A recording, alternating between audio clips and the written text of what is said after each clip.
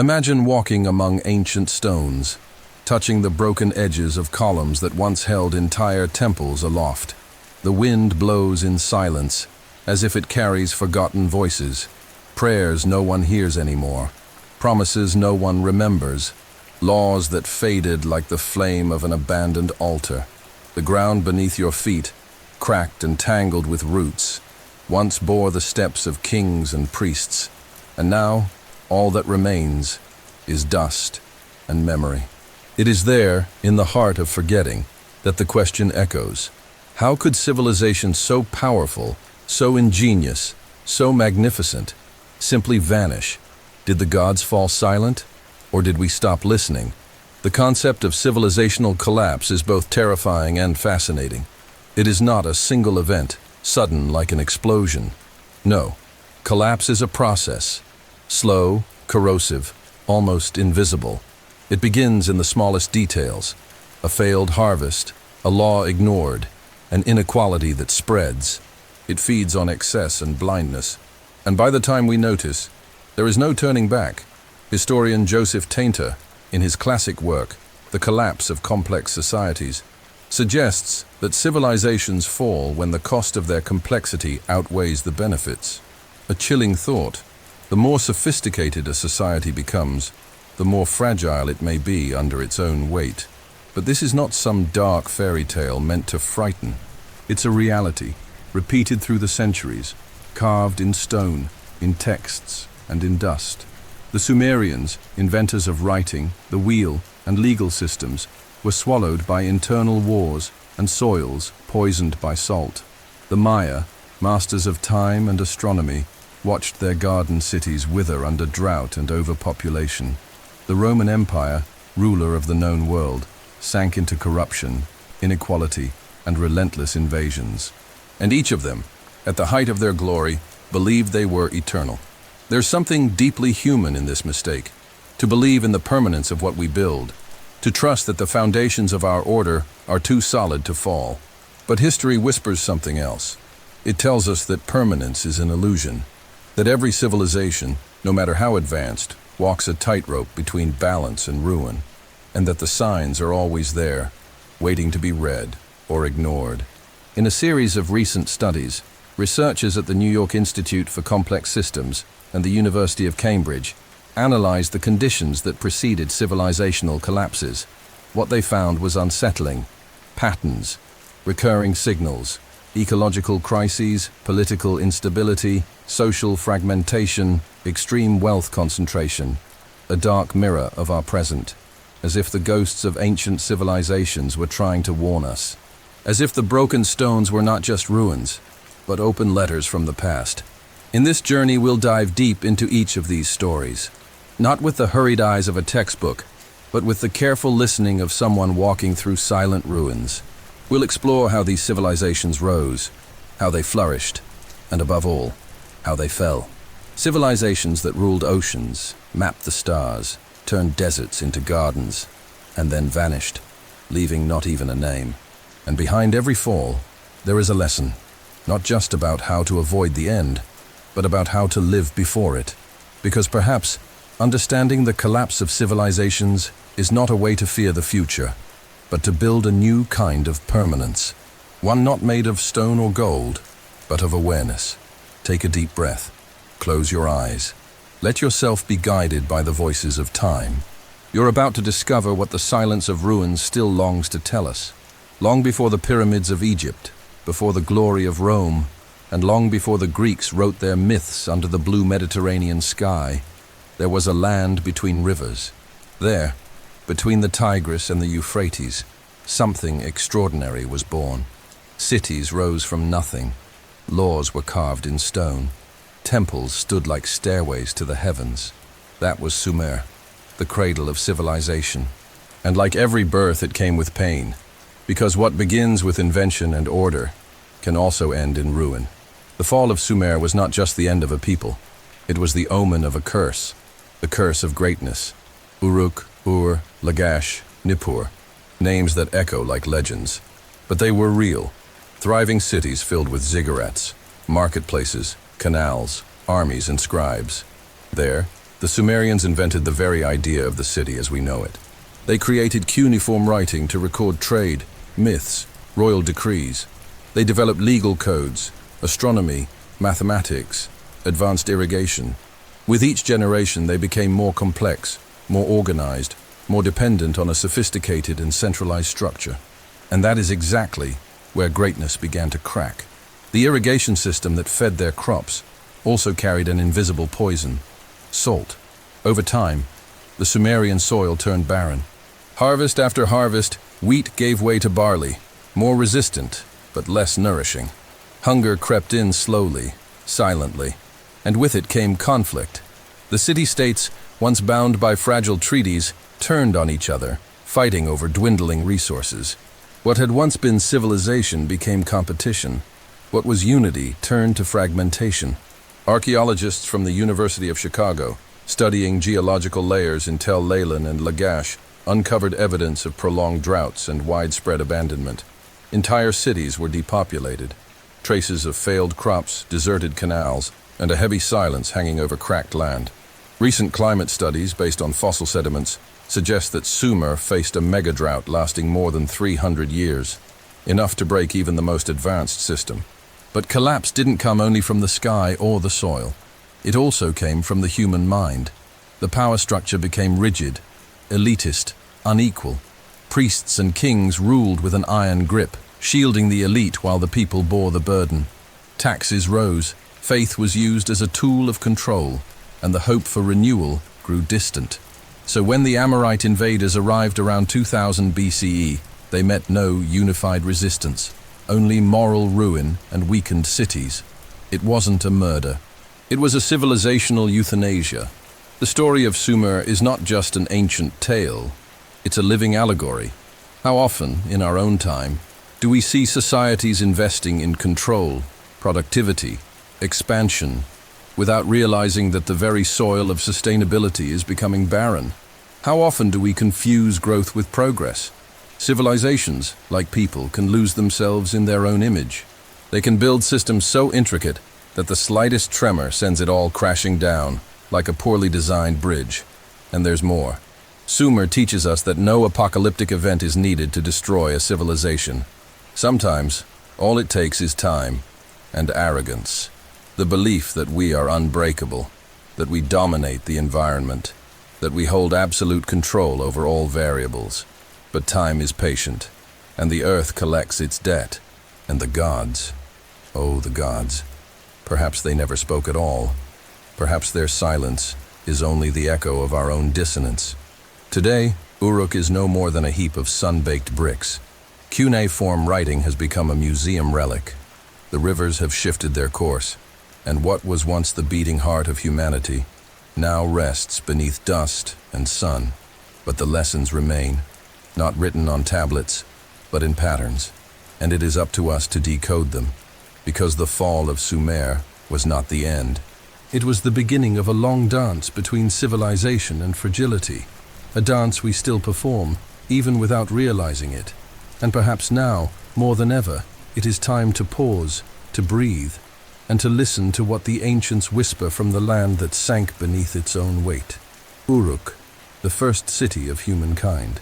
Its name echoes like an ancestral vibration in clay tablets, cylinder seals, and fragments of epics lost to time. It was there that King Gilgamesh, half divine and tragic, defied the gods and sought immortality. But the true legend of Uruk is not only found in its myths, it lies in its grand rise and in its silent fall. A fall not brought by the hands of an outside enemy, but by something far more subtle. The very water that once gave it life became the poison that sealed its fate. Along the banks of the Euphrates River, Uruk blossomed like a miracle. Towering walls, monumental temples, ziggurats that touched the heavens. An urban center unlike anything the world had seen, with clear social divisions, specialized labor, booming trade, and above all, a complex irrigation system. It was the triumph of human ingenuity over nature. Canals carried water to the barley and wheat fields. The city grew, pulsed, and shone under the watchful gaze of the gods. But the earth does not forget. Water brings life, yes, but it also brings salt, And that salt, deposited over generations by excessive irrigation, began to accumulate in the roots of what once sustained emperors and scribes. Geologists from the University of Oxford and archaeologists from the British Museum identified layers of intense salinization in sediments excavated around ancient Uruk, dated between 2100 and 2000 BCE. In those layers they found withered grains, crusted soil, and charred seeds. Sumerian agriculture, once abundant, had become a barren land. Barley, the land's last holdout, could no longer grow. Despair didn't come as thunder. It came in the silence of harvests, year after year, season after season, until the people began to leave, not because of war, but because of hunger. Uruk tried to resist. They expanded the canals, sought other riverbanks, appealed to the gods with increasingly desperate rituals. But the city was already sick, and the illness flowed through the very veins that once nourished it. There was no more clean water, only memories of abundance. The elite tried to hold control with an iron fist, while the foundation of society crumbled. Artisans migrated, merchants went silent, and the scribes, once occupied with recording taxes and victories, began to write funeral hymns and laments. One of them, found in cuneiform fragments and translated by Samuel Noah Kramer, says, "Uruk cries like a mother without children. The canals carry only bitterness. The granaries wait, but there is no harvest." This is one of the most brutal images of collapse. Not an explosion, but an emptying. The city withers. The markets become silent courtyards, the altars covered in dust. What was once the heart of civilization becomes a living ruin, as if the earth itself had grown weary of human arrogance. There were no invaders, no fires, no final scream, only abandonment, a slow wound that never healed. But what does this story tell us, so distant in time, yet so close in essence?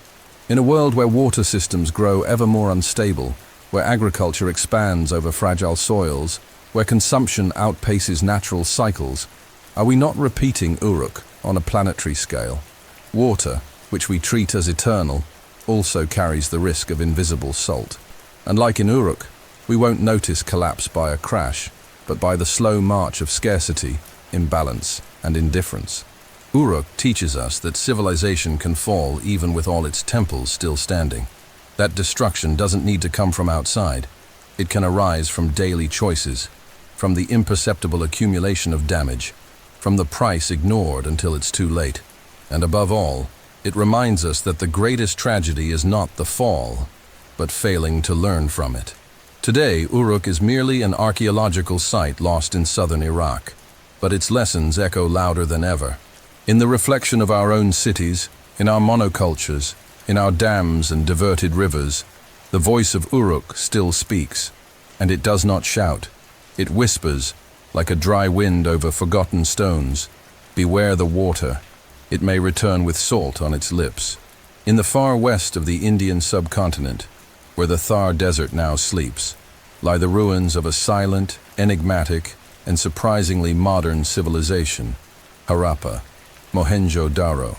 Two cities that, more than 4,000 years ago, flourished with a social organization that still puzzles archaeologists and historians. And then, they vanished, leaving no kings, no epic battles, not even monuments to sing of their glory. Only traces of a people who lived and disappeared in silence. Unlike the contemporary civilizations of Mesopotamia and Egypt, the Indus Valley civilization did not seem to revolve around temples or palaces. There is no clear evidence of a ruling caste, of kings whose names lived on, of military conquests. What we find are straight streets, advanced sewage systems, private bathrooms in homes, centralized warehouses, and standardized construction patterns, all pointing to a level of urban planning the world would not see again for millennia. A pragmatic society, perhaps egalitarian, silent, and incredibly sophisticated. Mohenjo-Daro, in particular, astonishes. Located on the banks of the Indus River, the city had a drainage system that spanned entire city blocks. Its buildings were made with uniform bricks, and there was a public structure known as the Great Bath, a ceremonial space, perhaps spiritual, perhaps communal. And all of this in the 3rd millennium BCE. How is it possible that such an advanced people disappeared so completely and so mysteriously? For decades, the dominant theory blamed the collapse on invasions by Aryan peoples from the north. But more recent research, led by climatologists from the University of Cambridge and archaeologists from the Indian Institute of Science, points to a deeper and far more silent explanation. The great rivers that nourish the Indus civilization, like the Ghaggar Hakra, identified by some as the legendary Vedic Sarasvati, began to dry up. Tectonic shifts and climate changes drastically altered the water's course, leading to the gradual desertification of the region. With the loss of their water sources, urban centers were abandoned, but not in panic, not through violence, simply left behind. Populations dispersed. The Indus pictographic script vanished without being deciphered. Ports dried up, and marketplaces fell silent. What we see in the ruins of Harappa and Mohenjo-Daro is a collapse without blood, a disappearance as orderly as their architecture. That absolute silence is perhaps the most haunting of all, because it gives us no easy answers. It forces us to confront the fragility of even the most advanced societies. When natural foundations fail, neither order nor technology nor organization is enough. And more intriguingly, perhaps these people chose to disappear. Perhaps they intentionally dispersed, abandoning urban life, seeking new ways of survival, far from cities that had become unsustainable. Perhaps the collapse was, in essence, a transition.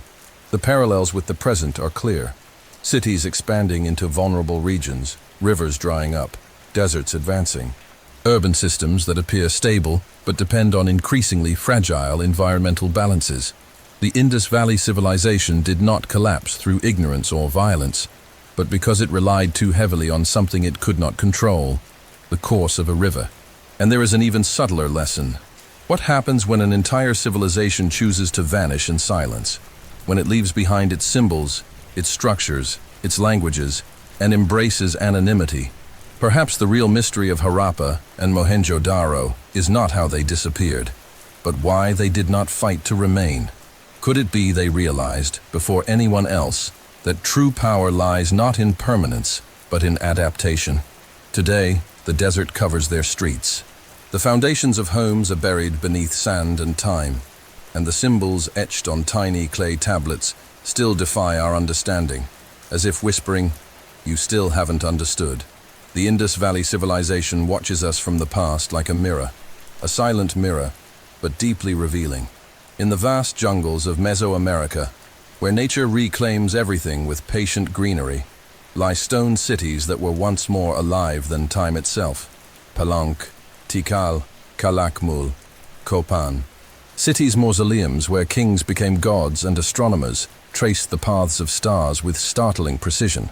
The Maya, masters of calendars, mathematics, architecture, and cosmic vision, built a civilization that did not merely live, but danced with infinity. And yet, they vanished. The cities were swallowed by the green, the plazas fell silent, and the gods, who once descended in glory, no longer answered their calls. What happened to the Maya? For centuries, the explanation was wrapped in mystery and speculation. Was it a sudden apocalypse, an external invasion, a devastating plague? But reality, as in the most haunting tragedies of human history, was slower, deeper, more human. The classic Maya civilization, which reached its peak between the 6th and 9th centuries, did not fall overnight. It withered, layer by layer, like a pyramid eroded from within, and it all began with the earth and the sky. Modern studies, especially those conducted by climatologists at the University of Florida and archaeologists at Penn State, revealed a cycle of devastating megadroughts between 800 and 1000 CE. Lake sediments, cave stalagmites, and botanical records indicate a drastic drop in the rainfall that sustained the region's agricultural systems. For a civilization heavily reliant on the cultivation of maize, beans, and squash, crops that depend on regular rain, the impact was absolute. Without water, reservoirs dried up, fields died, and the people began to question the kings who had promised divine favor, and the gods fell silent. Inscriptions left on stele and temple walls reveal an emerging pattern: war. many wars. Maya city-states like Tikal and Calakmul began to fight fiercely for control of trade routes, water sources, and symbolic dominance. The collapse, then, was both ecological and political. A spiral of conflict, instability, and famine that emptied entire cities, as if the people could no longer bear to offer sacrifices to gods who no longer responded. Religion, the foundation of Maya society, lost its grip. The political system fractured. Urban culture collapsed. What intrigues most, however, is the sheer sophistication of what was left behind. The Maya knew more about time than any civilization before them. Their lunar and solar calendars are eerily accurate. They calculated eclipses, solstices, and planetary cycles with a precision we've only recently come to understand. How could a people so deeply attuned to the cosmos not foresee their own collapse? Perhaps they did. Perhaps some tried to warn. But collapse is not only about knowing, it's about accepting. And acceptance, in civilizations, is as rare as it is vital. Many Maya urban centers were simply abandoned, not destroyed, not burned, just left behind. As if the people understood that their model could no longer sustain itself. They migrated elsewhere, adapted, dispersed. The Maya were not extinguished. Their descendants live on today, speaking related languages, preserving customs, carrying a wisdom that time could not erase. The collapse was of a way of life, not of a people. And here lies one of the most powerful lessons whispered from the ruins. Nature does not negotiate. When challenged, it responds in long but unstoppable cycles. The Maya cleared forests, expanded agriculture into fragile areas, built cities too dense for the ecosystems that supported them. Without realizing it, they became prisoners of their own design, a pattern that, once again, repeats itself with eerie similarity today. Today, as we walk the trails of Tikal, or gaze upon the moss-covered pyramids cloaked in shadow, we do not see just the past. We see a warning, a mirror carved in stone. The Maya civilization teaches us that knowledge is not enough. Wisdom is required. Humility before nature is essential. And we must listen when the gods, or the climate, begin to go silent. For millennia, Egypt was more than a civilization. It was a promise, an unbreakable line of continuity between sky and earth, between the pharaoh and the gods, between the Nile and its people. Unlike so many empires that rose and fell with the thunder of war, Egypt seemed immune to time. And yet, even there, where the desert kissed the river with reverence and the gods had names for every wind, collapse found its way. And it didn't come at the end. It came in the middle. Between the Old Kingdom and the New Kingdom, Egypt plunged into a shadowy period often overlooked by the great history books, the so-called First Intermediate Period. A time of chaos and fragmentation lasting about 150 years, between 2180 and 2050 BCE, during which divine order was suspended, temples fell silent, and the Nile no longer spoke as it once did. The Old Kingdom had risen on the regularity of the river. The Nile's predictable, generous floods fertilized the soil, nourished the cities, and upheld the pharaoh's central power. It was the backbone of everything. The pharaoh was not merely a king, he was the mediator between the people and nature. When the Nile flowed, it meant the gods were pleased. When the Nile failed, it was as if the sacred link had been broken.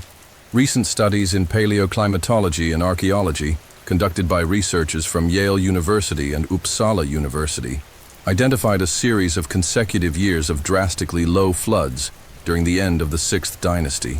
Documents like the Lamentations of Ipuwer and inscriptions in tombs record widespread famine, cannibalism, social unrest, and mass migration. Central authority collapsed. Egypt splintered into regional territories ruled by local governors who acted as kings. And the pharaoh, once divine, became a faint figure, powerless before the encroaching scarcity. The pyramids, ultimate symbols of pharaonic glory, began to crumble from neglect. Laborers with no food, no faith, no guidance abandoned their posts. Temples once filled with offerings and incense became hollow storerooms, and the people, desperate, sought refuge where once there had only been faith. What had once been millennia of stability became a landscape of living ruins, where fear and distrust replaced ritual and order. But Egypt did not die. It slept. The beauty of this intermediate phase lies in what came after. The reunification of the land under Mentuhotep II marked the beginning of the Middle Kingdom, one of the most elegant and intellectually refined periods in Egyptian history. But it was a rebirth with scars. The new Egypt carried the memory of collapse. It became more pragmatic, more decentralized, more aware of the fragility of the floods and the importance of managing not only water, but power. There is a lesson hidden here, between the silt and the sand. Collapse doesn't always destroy. Sometimes it reveals. Middle Egypt shows us that greatness can be lost, and later found again, but the cost is always high. The people must face the void of a broken promise. Faith must dissolve into reality, and leaders must descend from their thrones and truly listen to the voice of the land and the people. Today, when we look upon the Nile, still pulsing like an ancestral vein, we remember that it is both generous and unforgiving, that it sustains and it demands, that it speaks, but only to those who know how to listen, and in the moments it falls silent, it's because something much greater is about to be revealed. Perhaps the greatest collapse in Egypt's history wasn't famine or political chaos. It was the silence of the river, a silence that for the first time made the Egyptians listen to themselves. There was a time when the ancient world was a vibrant network of empires, trade, and innovation. A time when ships crossed the Mediterranean carrying tin and copper, the ingredients of bronze, from distant ports to blazing forges. A time when kings exchanged diplomatic letters inscribed on clay tablets, sealing alliances and marriages. This time, known as the Late Bronze Age, was the world's first experiment in globalization, and it failed. So abruptly, so violently, and so completely that modern historians still refer to that moment simply as the collapse. Between 1200 and 1150 BCE, something happened. Something that caused entire empires, like New Kingdom Egypt, the Hittites, the Mycenaeans, and the Canaanite kingdoms, to fall like dominoes in a chain no one could stop. Fortified cities were burned, palaces looted, trade routes abandoned, and writing, monumental architecture, great armies, all disappeared for centuries. It was the end of an era. The collapse of the Bronze Age was so widespread that many scholars compare it to a dark age that lasted until the rise of classical civilizations like Greece and Rome. But what exactly caused such a catastrophe? For decades, the prime suspects were the mysterious Sea Peoples, nomadic invaders who appear in Egyptian records as a destructive, disorganized, and unstoppable force. Pharaoh Ramses III fought them, recording the battles in grand murals like those at Medinet Habu. But the Sea Peoples alone don't explain everything, because they too were a result, not just a cause. Recent archaeological and climate studies, led by institutions such as the Oriental Institute at the University of Chicago and the University of Haifa, point to a perfect storm of factors: prolonged droughts, successive earthquakes, mass migrations, economic collapse, agricultural failures, and, most importantly, the breakdown of an interdependent network. What does that mean? That the empires of the Bronze Age were so connected, through trade, technology, and even military security, that the fall of one pulled the others down with it. It was as if the world had built a cathedral of bronze on sand. The city of Ugarit, for example, was destroyed in a matter of days. Letters found during excavations show desperate pleas for help that never came. The Mycenaeans abandoned their palaces. The Hittites vanished like mist. Even Egypt, though victorious against the Sea Peoples, never regained its former glory. International trade collapsed. Cuneiform writing declined. And for centuries, the Mediterranean became a sea of small fishermen and isolated villages. And most striking of all, people simply forgot. Centuries later, the Greeks would speak of the Mycenaeans as myths, not ancestors. Linear B, the writing system of ancient Greek kingdoms, vanished completely. It was as if civilization had been forcefully reset, erasing everything that came before under the weight of its own complexity. The collapse of the Bronze Age offers one of history's deepest lessons, the fragility of interdependence. When everything is connected, everything becomes vulnerable. When a system relies on multiple balancing points, all it takes is one to fail, and the rest crumbles like a poorly engineered bridge. Strength is not enough. Resilience matters. The ability to retreat, adapt, rebuild.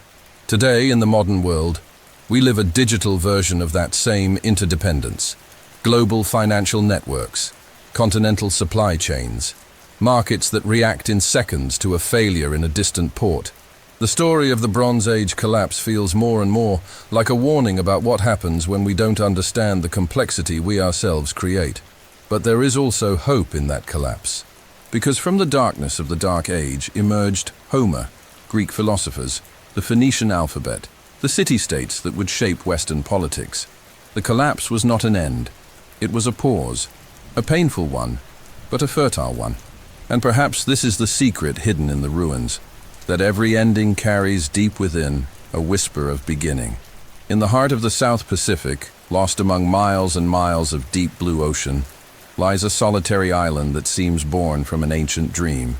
Rapa Nui, better known as Easter Island, small, remote, wrapped in legend, and surrounded by giant stone figures that gaze into the emptiness of the horizon, eternal sentinels of a people who dared to challenge the limits of existence itself. But behind the hypnotic beauty of its moai and the serene volcanic landscapes hides one of the most striking stories of environmental collapse ever recorded, a silent tragedy told by the ground itself. The first settlers arrived on the island around the 13th century, likely from Polynesia. They sailed in canoes, guided by stars, by intuition, and by courage. And when they landed, they found paradise, dense forests, fertile soil, abundant birds, and fresh water sources. Everything necessary to flourish. And flourish they did. The population grew, clans formed, social systems emerged, religious cults developed, and above all, the moai. Those enigmatic statues, weighing tons, were erected one by one across the island's coastline. They weren't just art. They were spiritual, ancestral, symbolic. They were faith, carved in stone. But to move and raise moai required more than devotion. It required wood. Trees for sleds, rollers and ropes. Trees to fuel the fires. Trees to sustain the very ecosystem. And that's when paradise began to turn into a prison. Study after study of soil, fossilized pollen, archaeological analysis shows that the island's forest cover vanished at an alarming rate. Scholars like Jared Diamond, in his book Collapse, point to complete deforestation. Without trees, there were no moai transports, no canoes, no birds, no shade, no plentiful food. Scarcity led to conflict. Social structures collapsed. Rival clans went to war. The moai, once sacred symbols, were toppled by the islanders themselves. Acts of humiliation and rebellion. Hunger spread. Fishing became impossible without boats. The land, eroded without vegetation, could no longer yield crops. The population, once over 15,000, plummeted. What remained were shattered statues, bones buried in valleys, and a crushing silence. The gods had been abandoned. Or perhaps it was the humans who had abandoned themselves. The lesson of Rapa Nui isn't just about trees. It's about limits, about the illusion that resources are eternal, that growth can be infinite in a finite world. The island, isolated as a microcosm, is the cruelest mirror of planet Earth, because everything there was limited: land, water, wood, space. And yet, the people lived as if nothing would ever run out. Collapse came not because the environment changed, but because they didn't. They continued the same rituals, the same practices, the same mindset, until it all fell apart. Today, Easter Island is a symbol, visited by tourists, studied by scientists, revered by environmentalists. But the moai remain, standing, facing the emptiness of the ocean, witnesses to a tragedy that didn't have to happen. And it's impossible not to wonder, if this happened there, in such a small corner of the world, what's stopping us from repeating the pattern on a global scale? We now live on a planet with clear boundaries, with ecological limits already crossed, with growing populations and resources being extracted at a dizzying pace. Earth, like Rapa Nui, is an island floating in the void. No rescue, no second chance, no other canoe to carry us to a new home. And the signs are everywhere. Degradation, desertification, biodiversity loss, climate crises. But unlike the ancient Rapa Nui, we have the benefit of history. We can look back and change. We can hear the echo of the statues, the whisper of the soil, the warning of the past. We still have time. Perhaps that's why the Moai remain standing, not as sentinels of failure, but as beacons of warning, raised by a people who, even in collapse, tried to leave a legacy. A message in stone, so we never forget the cost of ignoring our limits. In the arid and majestic southwest of what is now the United States, where canyons cut the earth like scars of stone and the wind echoes through red rocks with the voice of time, lie the remnants of a civilization both enigmatic and resilient, quietly complex. The Ancestral Puebloans, long referred to as the Anasazi, built their homes into cliffs, raised towers in the valleys, and carved storage silos into sandstone walls. They created a way of life that defied the desert's extremes, and for centuries they thrived. Until they vanished. The ruins of Chaco Canyon, Mesa Verde, Hoven Weep, and dozens of other archaeological sites still whisper stories that science is only beginning to decipher. What stands out is their sophistication. Straight roads that traverse desert landscapes, ceremonial structures known as kivas, multi-story buildings with hundreds of rooms, intricate systems for water collection and grain storage, all designed in harmony with a harsh and unpredictable environment. They did not fight the desert, they listened to it and turned it into home. But even there, where ecological wisdom was rule and not exception, collapse came, and it came from the sky. Between the 12th and 13th centuries, the region was struck by a prolonged drought, the most severe in 2,000 years, according to studies by the University of Colorado based on fossilized tree rings. This megadrought wasn't just a challenge, it was a blow. Corn, the staple crop, wouldn't sprout. Food stores dwindled, and communities that had once been unified began to fragment. Archaeological excavations reveal unsettling signs.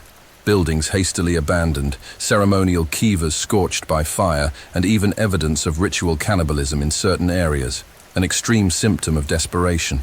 But the collapse of the Anasazi wasn't uniform. In some places, people resisted for decades. In others, the exodus was swift.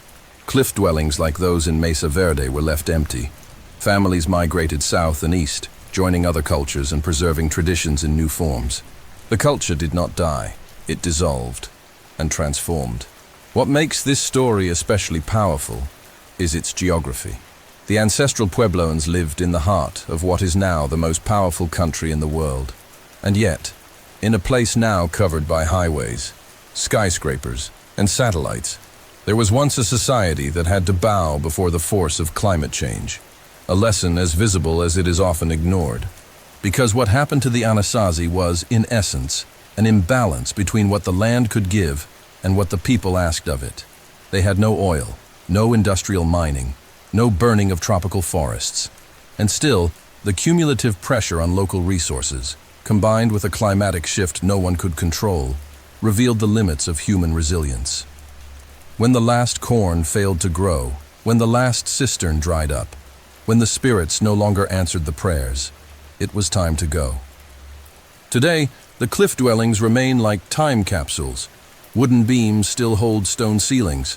Ceramic niches preserve broken pots and worn tools. But the people are gone. And what lingers is a question suspended in the air. What if we too, one day, had to leave? The ancestral Puebloan civilization teaches us that knowledge is not infallible, that adaptation has limits, and that even those who listen to the earth can be surprised by it. They were not destroyed by greed, nor by conquest, but by the fragility of natural balance. A balance that now, more than ever, is in our hands. They left behind no golden temples, no maritime empires, but they left a testimony, a whisper carved into cliff walls, reminding us that even the quietest civilizations can echo eternal truths. There is no name more laden with power, glory, and permanence than Rome. For centuries, the Roman Empire was the axis of the known world. Its roads connected continents. Its armies were feared, its law absolute, its architecture living proof that man could shape both matter and time. Eternal Rome, they said. But what happens when the eternal begins to crumble? When the greatest of civilizations does not fall with a crash, but with a sigh? The collapse of Rome was not an end. It was a slow disappearance, like a sleeping giant gradually forgetting who it once was. Unlike the sudden collapses of other civilizations, Rome's end was a mosaic of crises, stacked like cracked bricks atop a structure that no longer held. Beginning in the 3rd century, warning signs piled up: runaway inflation, systemic corruption, constant civil wars, pressure on the borders from so-called barbarian tribes. At the same time, the climate was changing. Recent studies from Harvard University and the Max Planck Institute show a period of climatic cooling between the 3rd and 5th centuries, directly impacting agriculture and shifting the migration patterns of Northern European and Central Asian peoples. Rome found itself surrounded and eroded from within. The empire was too vast to control, dependent on long and fragile supply lines. Crops failed. Urban populations, once sustained by a system of food distribution, the famous bread and circuses, went hungry. The armies, now made up of poorly paid, disloyal mercenaries, rebelled frequently. Trust in the emperor evaporated like gold from the public treasury. And when fear takes hold, an empire begins to crumble in the mind before it falls in the walls. In 410 CE, the Visigoths, led by Alaric, sacked Rome. The Eternal City had been violated, and still, Rome did not end there. It continued, staggering, unrecognizable, but alive. For nearly another century, the Western Roman Empire tried to endure, held up by fragile alliances, bloated bureaucracies, and memories of a power that no longer existed, until, in 476 CE, the last emperor, Romulus Augustulus, was deposed. No army marched in his name, no citizen mourned his fall. Silence was his epitaph. But Rome did not die. It fragmented, it dissolved, it hid among the ruins. Churches took over the roles of former civil institutions. Monasteries preserved fragments of classical knowledge. New kingdoms rose upon the rubble, and the idea of Rome that survived. So powerful was its shadow that later empires, the Byzantine, the Holy Roman Empire, even Napoleon, all tried to resurrect it. But the real Rome, the one that pulsed in the Forum, that dictated law from the Senate, that echoed in Latin through the squares, that Rome disappeared. And the most remarkable part is that the Romans didn't know they were collapsing. To them, it was just another crisis. One more lost emperor, another frontier breached, a city burned. Collapse was invisible because it blended into daily life. Historian Kyle Harper calls this phenomenon the fall of the human empire and the triumph of nature. Because while Romans debated politics, nature was redrawing the map. Epidemics like the plague of Cyprian and the Antonine plague decimated populations. Forests returned where villages once stood. The planet moved on, indifferent to marble and blood. Rome offers us one of the most haunting perspectives in history, the end that doesn't feel like an end. Collapse not as an explosion, but as the slow erosion of trust, of identity, of the ability to respond. And today, when we look at our own institutions, our global economies, our overpopulated and interdependent cities, it's hard not to feel a certain déjà vu. Because perhaps the greatest risk is not sudden collapse, but the gradual one no one sees until it's too late. And in the end, that is Rome's silent lesson. No civilization is eternal. The most powerful force is time. And when the walls fall, it won't be the barbarians who bring them down, but our own forgetting of who we were, when we still believed we were invincible. When we look at the ruins of the past, the impression is always the same. Greatness that crumbled, empires swallowed by sand, cities buried under forests or drowned in rivers that changed their course. But if we listen more deeply, deeper than the sound of wind through broken columns, deeper than the silence of forgotten words, another narrative begins to emerge. A story Not of endings, but of patterns. Because behind every collapse, there is an unsettling set of signals that repeat like an ancestral code. A subtle dance between human arrogance, ecological imbalance, and time. Always time. Whether among the Sumerians, the Maya, the Romans, or the people of Rapa Nui, the script of collapse seems to follow a sequence as precise as a Greek tragedy. It begins with the rise, population growth, material prosperity, technological progress. The Golden Age, where civilizations expand their borders, build monuments, and believe they've conquered the world. Then comes excess, rampant resource extraction, concentration of power, growing inequality, and the illusion that progress is a straight line. From there, small failures begin to pile up. The first warning signs appear, but they are ignored. The machine is already too big to stop. Multidisciplinary studies conducted by Stanford University and the Santa Fe Institute analyzed dozens of pre-industrial societies and reached disturbing conclusions. The more complex and interdependent a civilization is, the more fragile it becomes in the face of external shocks. A highly specialized system cannot improvise. When one link breaks, whether a climate failure, a plague, a war, or the collapse of public trust, the entire structure wavers, and when it wavers, it can fall. Another recurring element of collapse is institutional rigidity. Civilizations that survived crises were those able to adapt, but many did not. Trapped in political, religious, or economic dogmas, they clung to unsustainable practices until there was no room left for correction. Culture becomes a trap. Tradition becomes an anchor. What was once strength turns into weakness. There is also a psychological element. In many collapses, there are accounts of collective disorientation, a kind of moral exhaustion, a loss of meaning and belonging. When people no longer believe in the gods, in the leaders, in the stories that once held society together, everything can fall apart without a single stone being moved. Collapse happens in the mind before it happens in the streets.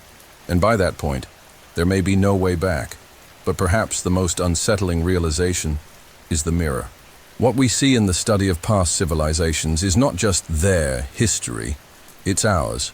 We live in a global system more complex, more interconnected, and more dependent on fragile balances than any civilization before us. And we are witnessing, in real time, the same symptoms they once faced: environmental degradation, accelerating climate change, rising inequality, political polarization, institutional distrust, water crises, biodiversity loss. And yet, one element could still change everything: historical awareness. Unlike ancient peoples, we have access to records, data, forecasts, simulations. We know what happened. We know why it happened. And more importantly, we know what can be done. History doesn't repeat itself word for word, but it rhymes. And if we can decode the patterns, perhaps we can interrupt the cycle. Because collapse is not only destruction, it's also a radical opportunity for transformation. After Sumer came Babylon. After the Bronze Age collapse came the classics. After Rome, medieval Europe, and from that, the Renaissance. Every ruin hides seeds. Every ending carries in its womb the promise of a new beginning. But for that, we must listen. We must accept that collapse is not fiction, not fable, but possibility. A possibility that, if met with humility and courage, can guide us not to repetition, but to reinvention. And perhaps that is the greatest lesson of all: not to fear collapse as an inevitable sentence, but to recognize it as a calling, an invitation to choose another path before it's too late. We live in the age of satellites, artificial intelligence, organ transplants, and the internet that crosses oceans through invisible cables. We fly above clouds, decode DNA, and send probes beyond the solar system. We've grown used to the idea that we've evolved, that we've conquered nature, that we are ahead of history, that collapse is something of the past. But what if the very complexity we've built is the tightrope we now walk? What if the greatest danger of all is believing we are different, that it won't happen to us? This question is not new, but in recent years it has stopped being speculation and become scientific inquiry. Researchers at NASA, in collaboration with the Human and Nature Dynamics HANDY program, modeled possible collapse trajectories of modern civilizations based on historical patterns. The result? Systems that concentrate wealth in small elites, that deplete natural resources at unsustainable rates, and that fail to correct their imbalances tend to collapse, not due to lack of technology, but due to a lack of social and ecological balance. It's unsettling, because the signs are everywhere. The climate crisis is no longer a prediction. It is a documented reality. Record temperatures, prolonged droughts, devastating floods, ocean acidification, glacier melt, and forced migrations. The planet is changing, and we're still debating whether we should change too. In major urban centers, populations live disconnected from nature's cycles, dependent on supply chains that stretch thousands of kilometers. A break in any link, a war, a pandemic, a natural disaster, and the system wobbles. As we've already seen, we live in an age of both abundance and scarcity. We have more technology than ever, but also more inequality, more isolation, more collective anxiety. Our political systems often seem unable to deal with the very complexity they helped create. Collapse today would not look like Rome, with invaders and fires. It would be silent, gradual, invisible until it's irreversible. And there's something deeper. Modern collapse may have already begun. But unlike ancient civilizations, we have the tools to stop it. We have data, science, global communication, predictive models, renewable energy, agroecological solutions, circular economies, regenerative philosophies. What we lack is not capacity. It is will. It is vision. It is the courage to give up the idea of progress as unlimited growth and to reimagine a new kind of civilization. Slower, more equitable, more resilient. Anthropologist Jason Hickel speaks of sustainable degrowth. Climatologist Johan Rockström proposes planetary boundaries to guide human development. Philosopher Donna Haraway invites us to symbiosis, co-evolution with all forms of life. And small groups scattered around the world are already living this transition. Regenerative communities, smart cities, cultures of care, solidarity economies. But we are still at the turning point, and history shows us that this point is critical, because this is where civilizations decide whether they fall or transform. The Romans could not change. The Maya could not sustain their model. The people of Rapa Nui followed their rituals to the very end, even when the world around them begged for a different path. And us? Perhaps the greatest difference lies in consciousness. We know. We've seen the story, and we know how it ends. And that gives us a unique chance, the chance to write a different ending. Maybe we'll never avoid all shocks. Maybe part of the collapse is already underway. But there is still time. There is space. And there are people, like you, listening to these stories, reflecting on the signs, rethinking the now. And perhaps that is where everything begins, the awareness that it's still not too late. Because collapse is not just destruction, it is also a beginning. And every civilization, before it falls, has the chance to be reborn. Not every civilization that faced crisis collapsed. Not every society succumbed to the weight of its own excess. Throughout history, there are rare but powerful examples of peoples who, in the face of looming ruin, chose to change, who broke the patterns of self-destruction, redirected their paths, reinvented their relationships with nature, with power, with time. These societies are not as famous as Rome or the Maya, but perhaps for that very reason, they hold the most valuable key from the past, proof that collapse can be avoided. One of the most fascinating examples comes from Japan during the Edo period, between the 17th and 19th centuries. After centuries of internal warfare and extractive expansion, the country underwent a deep social, environmental, and economic reorganization. It closed its borders, drastically reduced foreign trade, and established a model of development based on local self-sufficiency, intensive recycling, and strict forest resource management. The system known as Satoyama integrated forest and agriculture into renewable cycles. Trees were harvested carefully, soils were enriched with human and animal waste, food was seasonal and locally sourced. The economy was stable, circular, and decentralized. This ecological balance allowed Japan to sustain a population of over 30 million people for 2 centuries, without environmental collapse. And this was done without oil. without fossil fuels, without industrial fertilizers. The only external energy source was the sun and the collective care for natural cycles. This rare example shows that civilizations can thrive when they embrace restraint, not as sacrifice, but as a virtue. Another remarkable case comes from the Tikopia civilization, a small island in the South Pacific inhabited for over 3,000 years by a Polynesian people who faced the same challenges as Rapa Nui, but with a different outcome. The people of Tikopia, realizing that their natural resources were under strain, made radical decisions. They eliminated domesticated pigs that consumed too much food and destroyed crops. They implemented strict birth control practices based on cultural and religious norms, and they developed highly efficient agroforestry systems. The result? A balanced ecosystem, no ecological collapse, no widespread famine, no destruction.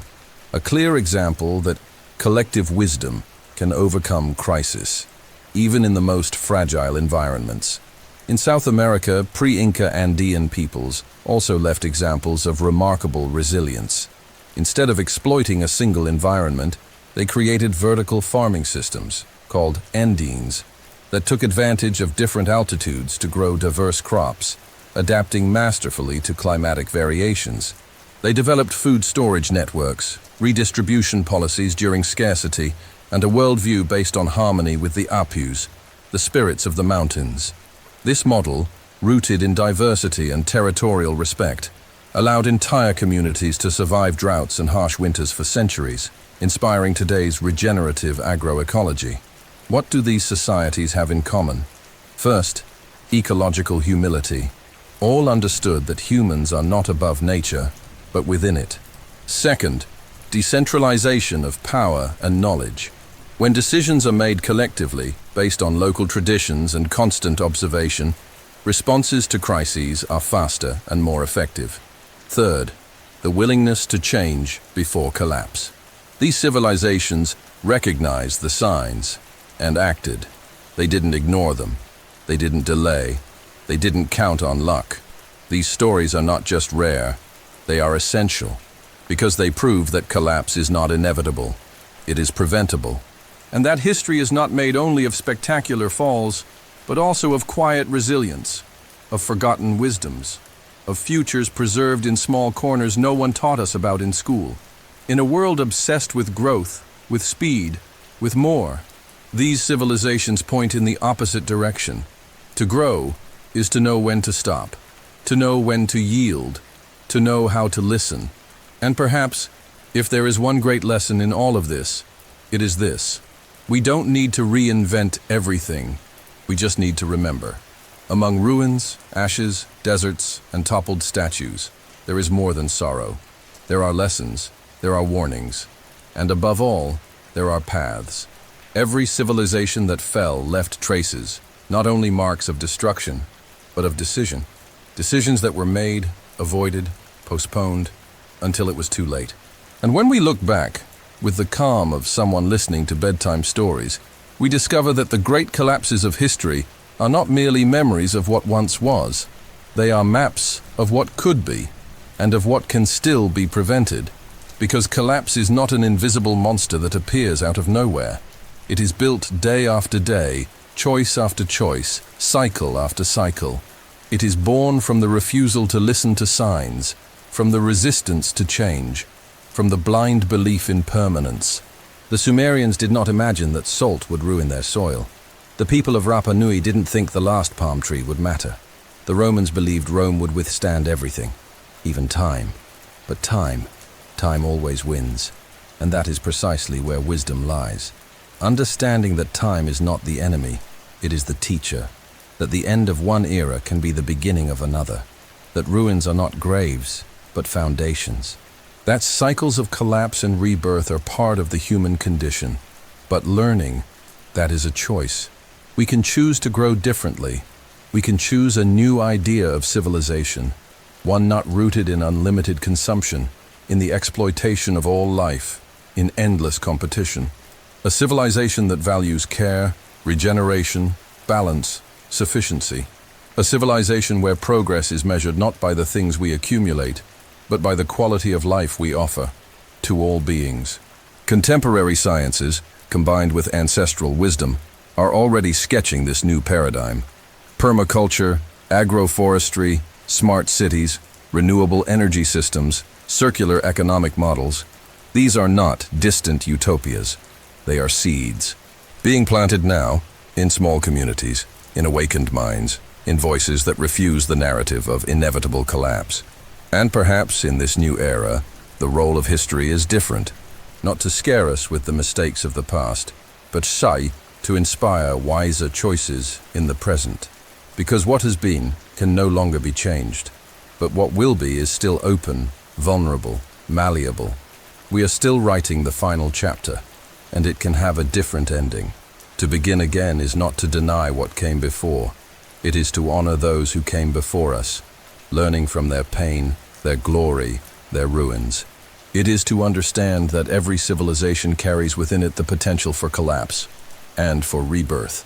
And when we finally fall asleep to the sound of these stories, may the silence that surrounds us not be the same that echoed through the stones of Uruk or the jungles of Tikal, but a fertile silence, a silence of listening, a silence of waiting, because there is still time, because it is still possible, because among ashes, seeds begin to sprout, and among the ruins of what we once were, something new already pulses, silently, with all that we can become.